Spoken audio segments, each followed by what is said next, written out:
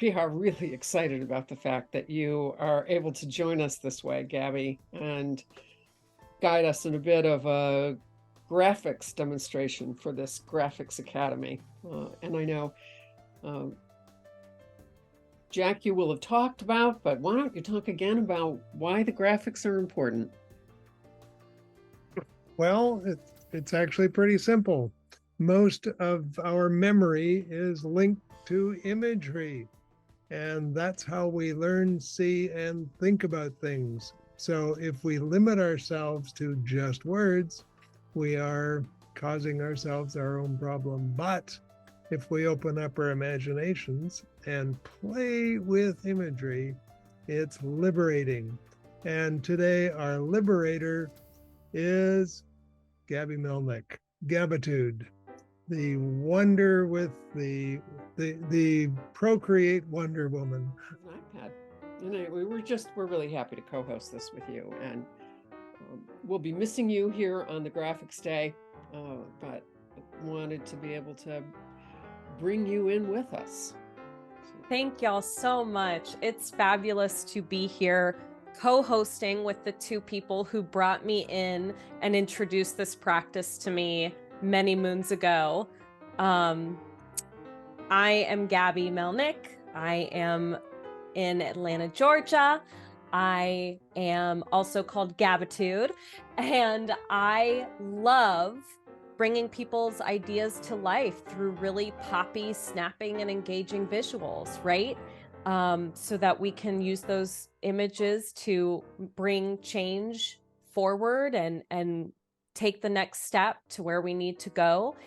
So I will be doing all of my demonstrations on my iPad Pro.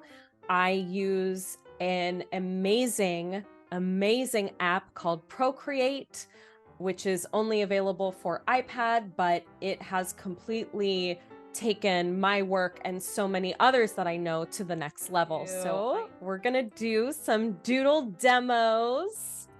So this is my canvas, and this is how I will be doing the demos.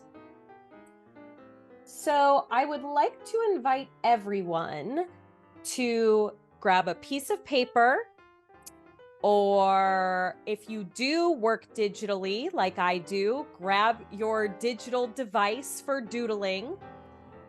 And let's start by dividing our paper, if you will, our drawing space, into 4 quadrants.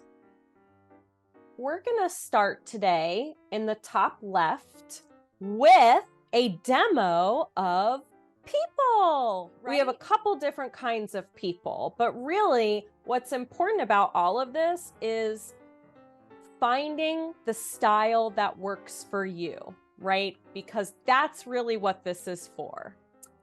So we have stick people with different emotions, doing different things, and they don't need that much, right? What's important is you show enough so that others know what you're drawing, but it does not have to be that detailed, right, y'all? Like, really just a couple of simple lines can make your stick people tell a whole story. We also have one of my favorites, star people. So star people are a little different than stick people, but honestly, they're all in the same family. We're all cousins here, okay? With like an arm up there, maybe like an arm down here. And then you can draw some music notes around them.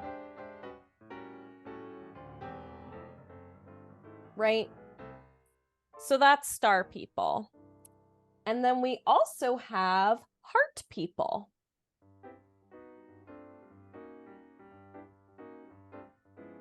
And I like using heart people for big feelings and big emotions, right? So here's a little dude in love. He's got them love eyes.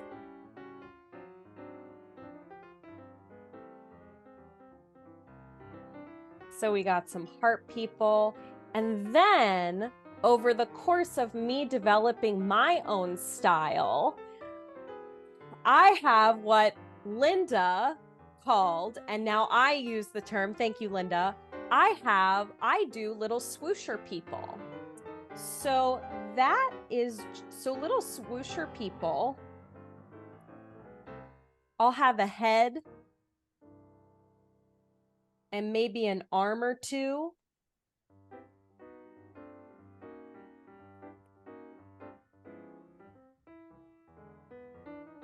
And maybe some feet.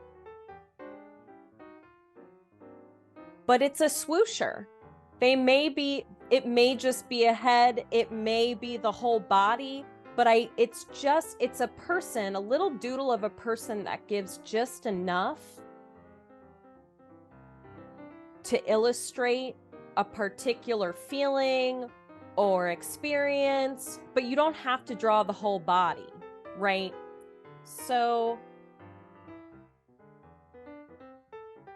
a couple swooshers might be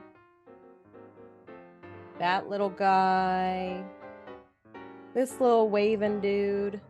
They're really basically enhanced stick figures. But the whole point of this, again, whatever style works for you, that is the one that you need to use. Because the point is not to create a whole perfect rendering of a person that's detailed. The whole point is to have a little doodle that captures the gold, the essence of what's being said, so that you can keep listening and synthesizing what other people are saying, right?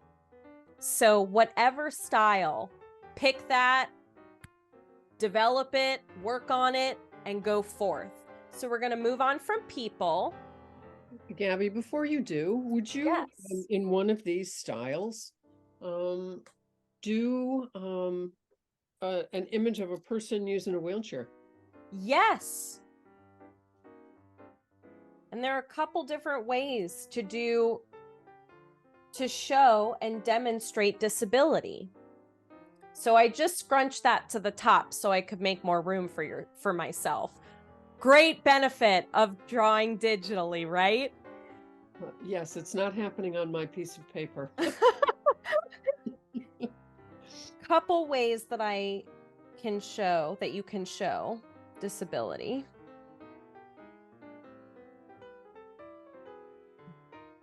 So here I'm doing more of a power chair.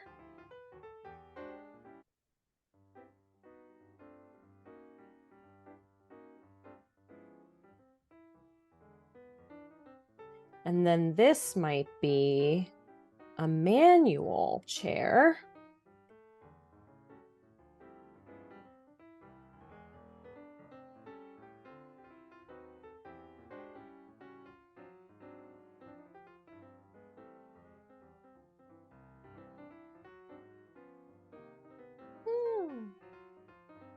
And then we can do